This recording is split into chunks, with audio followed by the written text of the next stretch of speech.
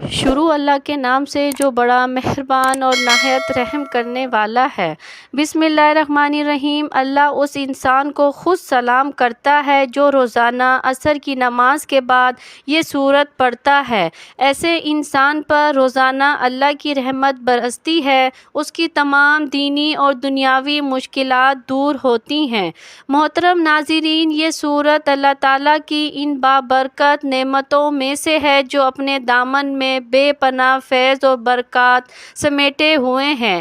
یہ ایسی لازوال دولت ہے جسے مل جائے اس کے دین اور دنیا سنور جاتے ہیں۔ یہ سورت پڑھنے کی برکت کا اندازہ اس بات سے ہو رہا ہے کہ اللہ رب العزت یہ سورت پڑھنے والے پر خود سلام بھیجتے ہیں۔ تو کتنا خوش قسمت ہے وہ انسان، وہ بندہ جسے اللہ خود سلام بھیجتا ہو۔ حضرت عبداللہ بن عوف روایت کرتے ہیں کہ حضور اکرم صلی اللہ علیہ وآلہ وسلم نے فرمایا، جبرائیل علیہ السلام میرے پاس آئے اور مجھے خوشخبری سنائی کہ آپ کا پروردگار فرماتا ہے جو شخص یہ سورت پڑھتا ہے میں اس پر سلام بھیجتا ہوں۔ تو جو شخص یہ سورت پڑھتا ہے اللہ اس کے گناہوں کو یوں مٹا دیتے ہیں جیسے کہ پانی آگ کو بجھا دیتی ہے۔ یہ سورت اللہ کی راہ میں تلواریں چلانے اور اپنی جانیں قربان کرنے سے بھی افضل ہے۔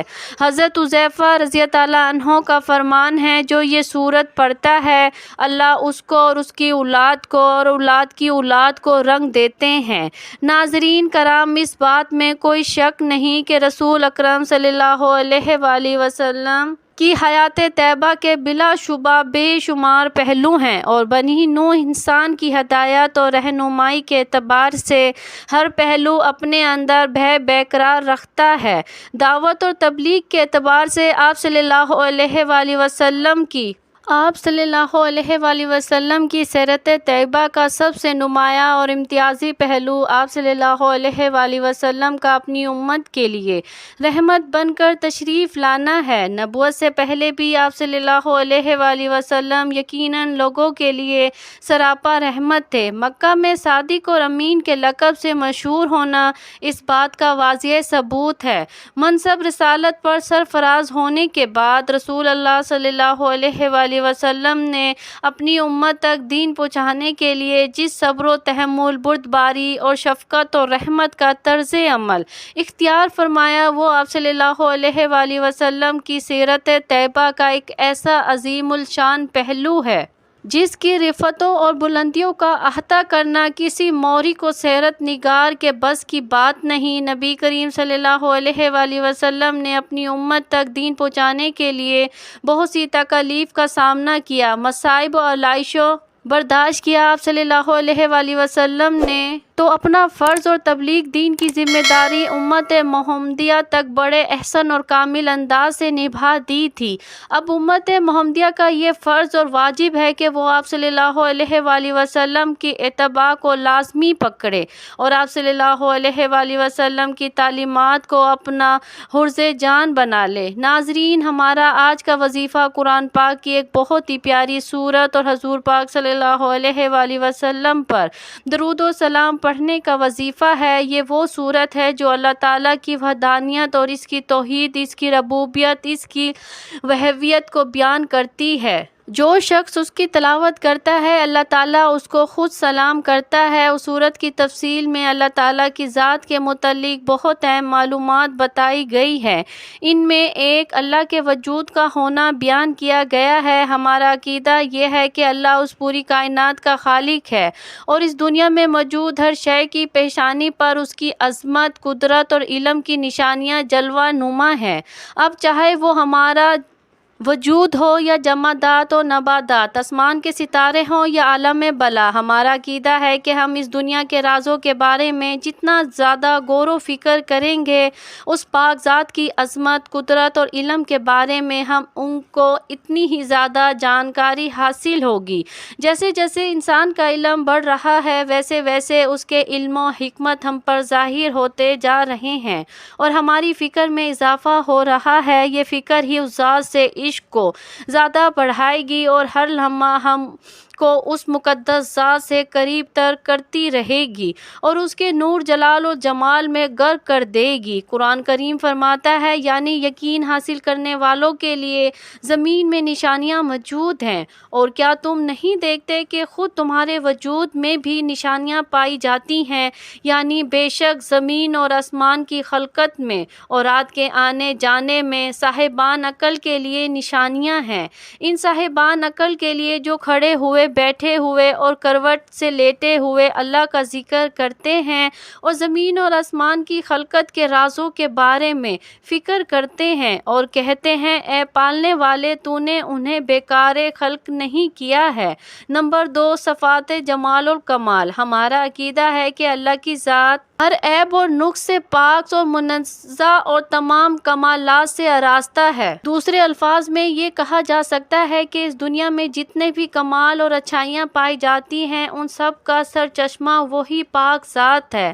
هو اللہ لا الہ الا هو الملک القدوس سلام المؤمن المحیم العزیز الجبار المتکبر سبحان اللہ عما یشرکون اللہ الخالق الباری المصور الاسماء الحسنى یسبح ما فی السماوات والارض هو العزیز الحکیم، یعنی اللہ وہ ہے جس کے علاوہ کوئی معبود نہیں ہے، وہی اصلی حاکم اور مالک ہے، وہ ہر عیب سے پاک ہے، وہ کسی پر ظلم نہیں کرتا، وہ امن دینے والا اور ہر چیز کی مراقبت کرنے والا ہے، وہ ایسا قدرت مند ہے کہ جس کے لیے شکست نہیں ہے، وہ اپنے نافذ ارادے سے ہر کام کی اصلاح کرتا ہے، وہ شائستہ عظمت ہے، وہ اپنے شریک سے منزہ ہے، وہ اللہ بے سابقہ خالق اور بے نظیر مصور ہے، اس کے لیے نیک کام ہر طرح کے صفات کمال ہیں۔ جو بھی زمین اور آسمان میں پایا جاتا ہے اس کی تسبیح کرتا ہے، وہ عزیز و حکیم ہے۔ اس کے کچھ صفات جلال الکمال یہ ہیں: اس کی پاک ذات لامنتہی ہے، ہمارا عقیدہ ہے کہ اس کا وجود لامنتہی ہے، اسی وجہ سے وہ زمان و مکان میں نہیں پایا جاتا، کیونکہ جو بھی زمان و مکان میں پایا جاتا ہے وہ محدود ہوتا ہے، لیکن اس کے باوجود وہ ہر وقت ہر جگہ موجود رہتا ہے کیونکہ وہ فوق و زمان و مکان ہے۔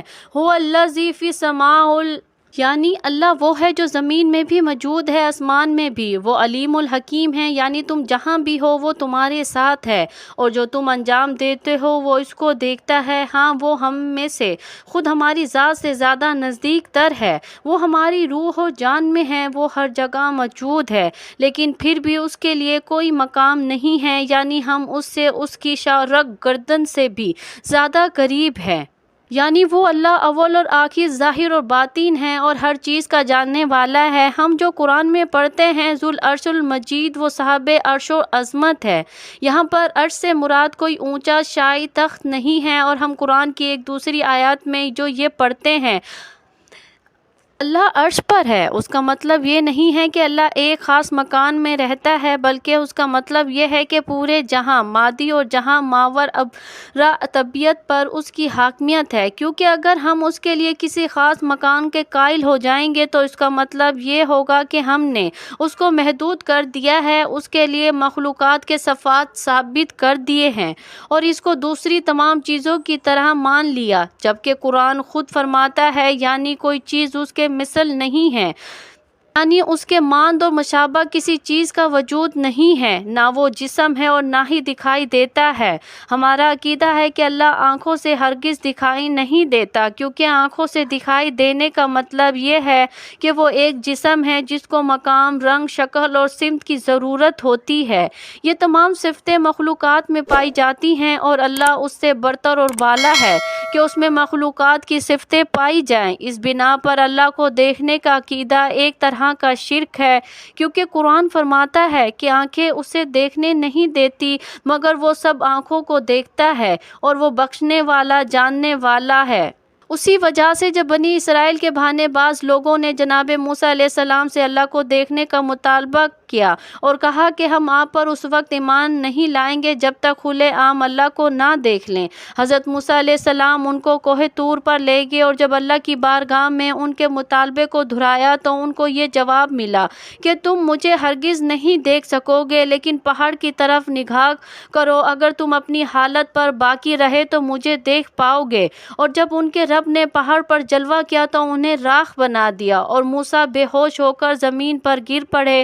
جب ہوش آیا تو عرض کیا کہ پالنے والے تو اس بات سے منزہ ہے کہ تجھے آنکھوں سے دیکھا جا سکے، میں تیری طرف واپسی پلٹتا ہوں اور میں ایمان والے میں سے پہلا مومن ہوں۔ اس واقعے سے ثابت ہو جاتا ہے کہ خداوند متعال کو ہرگز نہیں دیکھا جا سکتا۔ ہمارا عقیدہ ہے کہ جن قرآنی آیات و اسلامی روایات میں اللہ کو دیکھنے کا تذکرہ ہوا ہے وہاں پر دل کی آنکھوں سے دیکھنا مراد نہ کہ چشم ظاہری سے، کیونکہ قرآن کی آیتیں ہمیشہ ایک دوسرے کی تفسیر کرتی ہیں۔ اس کے علاوہ حضرت علی علیہ السلام سے ایک شخص نے سوال کیا، یا امیر المومنین، یعنی اے امیر المومنین، کیا آپ نے اپنے رب کو دیکھا ہے؟ آپ نے فرمایا، یعنی کیا میں اس کی عبادت کرتا ہوں جس کو نہیں دیکھا؟ اس کے بعد فرمایا، اس کو یہ آنکھیں تو ظاہری طور پر نہیں دیکھ سکتی مگر دل ایمان کی طاقت سے اس کو ادراک کرتا ہے۔ ہمارا عقیدہ ہے کہ اللہ کے لیے مخلوق کی صفات کا قائل ہونا، جیسے اللہ کے لیے مکان، جہت، مشاہدے اور جسمانیت کا عقیدہ رکھنا،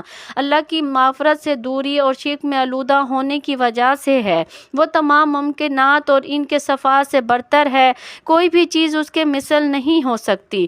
توحید تمام اسلامی تعلیمات کی روح ہے۔ ہمارا عقیدہ ہے کہ اللہ کی معرفت کے مسائل میں اہم ترین مسئلہ معرفت توحید ہے۔ اسلام کے تمام اصول اور فروع توحید ہی سے وجود میں آتے ہیں، ہر منزل پر توحید کی باتیں ہیں۔ اسی وجہ سے قرآن کریم نے توحید الہی کے سلسلے میں ہر طرح کے انحراف اور شرک کو نہ بخشا جانے والا گناہ کہا ہے، یعنی اللہ شرک کو ہرگز نہیں بخشے گا، لیکن اگر شرک کے علاوہ دوسرے گناہ ہیں تو جس کے گناہ چاہے گا بخش دے گا، اور جس نے کسی کو اللہ کا شریک قرار دیا گویا اس نے اس پر تہمت لگائی اور ایک بہت بڑا گناہ انجام دیا، یعنی تم پر اور تم سے پہلے پیغمبروں پر وحی کی گئی، اگر تم نے شرک کیا تو تمہارے تمام اعمال حبط کر دیے جائیں گے اور تم نقصان اٹھانے والوں میں سے ہو جاؤ گے۔ فرشتوں کے وجود پر ہمارا یقین ہے اور ہمارا عقیدہ ہے کہ ان میں سے ہر ایک کی خاص ذمہ داری ہے۔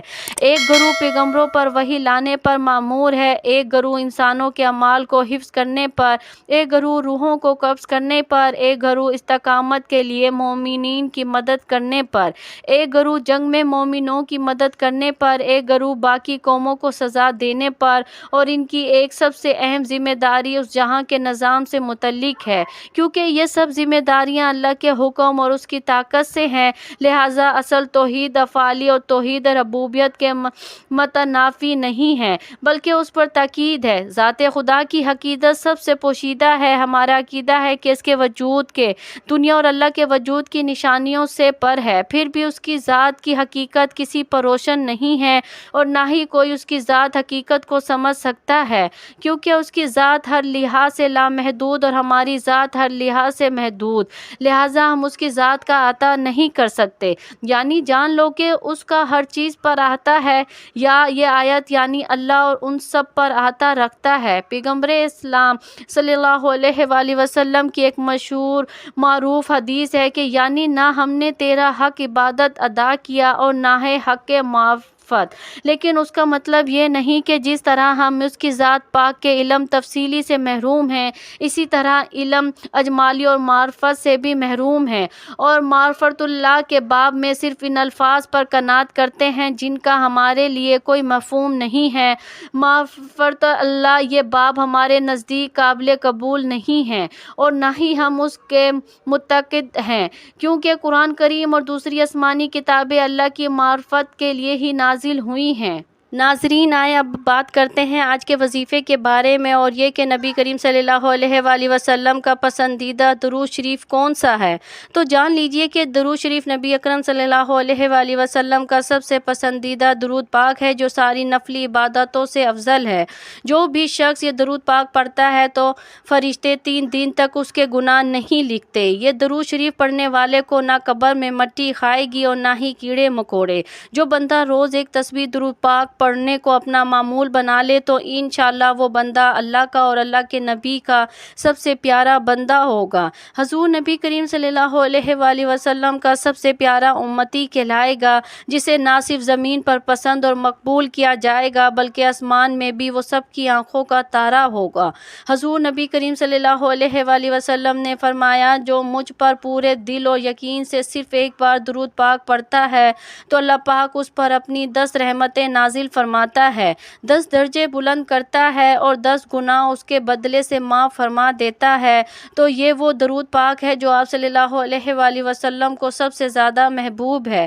حضرت عبداللہ بن ابی اللہ کہتے ہیں کہ مجھ سے کعب بن حجرہ رضی اللہ عنہ ملے تو فرمایا، کیا میں تمہیں ایسا تحفہ نہ دوں جسے میں نے نبی کریم صلی اللہ علیہ وآلہ وسلم سے سنا ہے؟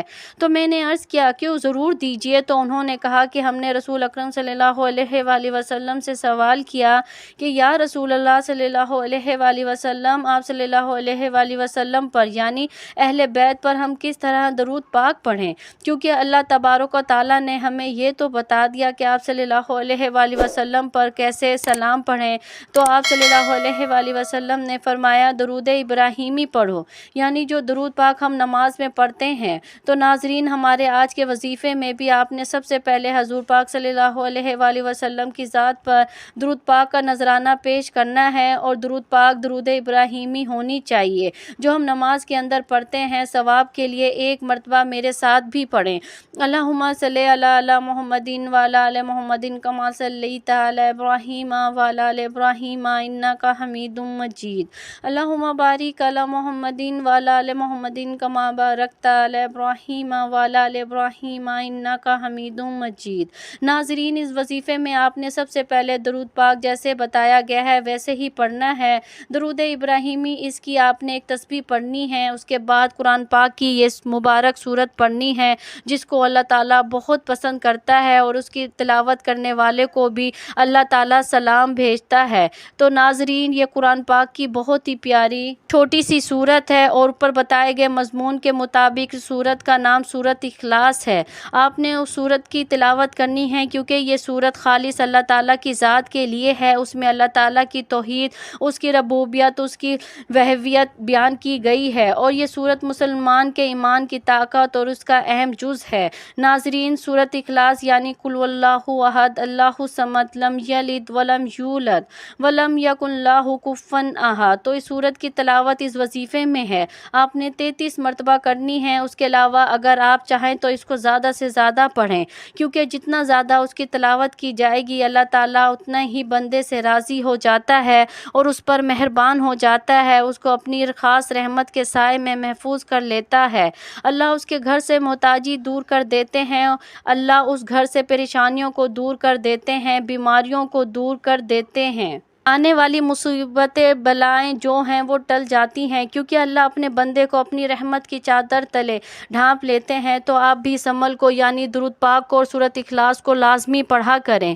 ناظرین کرام، درود پاک پڑھنے والے کو اللہ تعالیٰ کی رحمت اور خوشنودی حاصل ہوتی ہے، دنیا کے تمام کاموں میں آسانی پیدا ہوتی ہے، اور قدم قدم پر اللہ کی مدد حاصل ہوتی ہے، تمام حاجات پوری ہوتی ہیں، حضور صلی اللہ علیہ وآلہ وسلم کی شفاعت واجب ہوتی ہے، رزق کی تنگی دور ہو جاتی ہے، مال و اسباب میں برکت پیدا ہوتی ہے، درود پاک کثرت سے پڑھنے والے کے گناہ معاف ہوتے ہیں اور درجات بلند ہوتے ہیں۔ اس کے علاوہ آخرت کی زندگی سے متعلق تمام منزلیں آسان ہو جاتی ہیں۔ اس درود پاک کو سورت اخلاص کو کثرت سے پڑھنے والا جنت میں جائے گا، اور درود پاک پڑھنے والے کو نہ تو قبر کی مٹی کھاتی ہے اور نہ ہی کیڑے مکوڑے۔ درود پاک جنت کا راستہ ہے، درود پاک کو کثرت سے پڑھنے والا دونوں جہانوں میں کامیابی کی کنجی ہے۔ ناظرین کرام، بہت ہی زیادہ فضیلت اور برکات ہے سورت کی، تو جتنا آپ سے ہو سکے آپ اس کی تلاوت کیا کریں، کیونکہ اس کی تلاوت کرنے والے کو اللہ سلام بھیجتا ہے، اور اس کی تلاوت کرنے سے آپ کی مشکلات حل ہو جائیں گی، آپ کی تمام جائز حاجات پوری ہو جائیں گی، اور آپ کی دعائیں قبول ہو جائیں گی، اور آپ کی زندگی بھر کسی کے محتاج نہیں ہوں گے۔ اللہ کریم پابندی کے ساتھ ہمیں درود شریف پڑھنے کی توفیق عطا فرمائے اور تا حشر اس کی برکات نصیب فرمائے۔ حضرت ابو ہریرہ رضی اللہ عنہ سے روایت ہے کہ نبی کریم صلی اللہ علیہ وآلہ وسلم نے ارشاد فرمایا کہ انسان پر صدقہ واجب ہے۔ اس طرح ایک اور جگہ آپ نے ارشاد فرمایا، تم میں سے جو آدمی بھی صبح کا سورج دیکھتا ہے اس کے ہر جوڑ پر صدقہ واجب ہو جاتا ہے۔ یعنی نبی کریم صلی اللہ علیہ وآلہ وسلم کے ان ارشادات کی روشنی میں ہمیں پتہ چلتا ہے کہ جیسے ہی ہم پر اگلا دن چڑھتا ہے، ہمارے جتنے بھی جوڑ ہیں، یعنی ہمارے جسم میں 360 کے قریب جوڑے ہیں، ان تمام فہرست کا صدقہ واجب ہو جاتا ہے۔ لیکن ہم میں سے کتنے ایسے لوگ ہیں جو کہ اپنے جسم پر واجب ہونے والے اس صدقے کو دیتے ہیں؟ ہم میں سے زیادہ تر لوگ تو تب ہی صدقہ دیتے ہیں جب ہم بیمار پڑتے ہیں یا ہم پر کوئی بڑی مصیبت نازل ہوتی ہے۔ اس سے پہلے تو صدقہ دینے کا نہ تو ہمارے ذہن میں کوئی تصور ہوتا ہے، اور نہ ہی ہم میں سے زیادہ تر لوگ صدقہ دیتے ہیں۔ اور یہی وجہ ہے کہ ہماری زندگیوں میں اچانک سے مصیبتیں، پریشانیاں اور تنگی آتی چلی جاتی ہیں، اور ہمیں سمجھ نہیں آ رہا ہوتا کہ ہم زندگی میں ایسی کون سی غلطی کر رہے ہیں جس کی وجہ سے ہماری زندگی میں مسئلے اور پریشانیاں بڑھتی جا رہی ہیں، ہم پر بلائیں نازل ہو رہی ہیں، ہم پر رزق کی تنگی ہو رہی ہے، اور ہم مسلسل پریشانیوں کے بوجھ تلے نیچے دبتے جا رہے ہیں۔ اصل میں وہ وجہ ہوتی ہے صدقہ نہ دینا۔ اسلامی تعلیمات اور نبی کریم صلی اللہ علیہ وآلہ وسلم کے مختلف ارشادات کی روشنی میں ہمیں پتہ چلتا ہے کہ آسمان سے بلائیں نازل کی جاتی ہیں۔ یہ بلائیں اپنے ساتھ مختلف بیماریاں، مصیبتیں اور پریشانیاں لے کر آتی ہیں۔ کوئی بلا اپنے ساتھ بیماری لاتی ہے، کوئی حادثہ تو کوئی رزق کی تنگی۔ لیکن صدقہ کرنا ہمیں نہ صرف ان بلاؤں سے بچاتا ہے بلکہ غربت اور پریشانیوں سے بھی بچاتا ہے۔ صدقے کی وجہ سے ہمارے رزق اور دولت میں اضافہ ہوتا ہے اور گھر میں برکت ہوتی ہے۔ اس کے علاوہ ہمیں یہ بھی پتہ چلتا ہے کہ صرف مال خرچ کر کے ہی صدقہ نہیں دیا جاتا، بلکہ اگر آپ کسی کو سلام کرنے میں پہل کرتے ہیں تو یہ بھی ایک صدقہ ہے۔ پانی پلانا بھی صدقہ ہے۔ اسی طرح صدقہ دینے کے بہت سارے طریقے ہیں، جیسا کہ دو آدمیوں کے درمیان صلح کروا دینا، کسی کو سواری پر چڑھنے میں مدد کرنا، کسی کو اچھی بات بتانا، نماز کے لیے جو آپ قدم بڑھاتے ہیں یہ بھی صدقہ ہے۔ راستے سے رکاوٹیں اور پتھروں کو ہٹا دیں، دوسروں کو فائدہ پہنچانا، کسی کو دعا دینا، کسی کو پڑھانا یا کوئی چیز سکھانا، کسی کو اچھی بات بتانا، کسی کو مسکرا کر دیکھنا، کسی مصیبت میں پھنسے انسان کی مدد کرنا، وقت نکال کر اپنے ماں باپ کے ساتھ گزارنا، کسی کی طبیعت پوچھنا، کسی کی عیادت کرنا، کسی پریشانی یا آزمائش پر صبر کرنا، نیکی کا حکم دینا اور برائی سے روکنا، کسی کو معاف کر دینا اس کے باوجود آپ کے پاس اسے سزا دینے کا اختیار ہو، یہاں تک کہ اپنی بیوی کو اپنے ہاتھوں سے کچھ کھلانا اور اس سے پیار محبت کی باتیں کرنا بھی صدقہ ہے۔ صدقہ دینے کے بے حد فضیلت اور فوائد ہیں۔ کہا جاتا ہے بے شک مومن قیامت تک اپنے صدقے کے سائے میں ہوگا۔ مسلمان ہونے کے ناطے یہ نہ صرف ہمارا ایمان ہے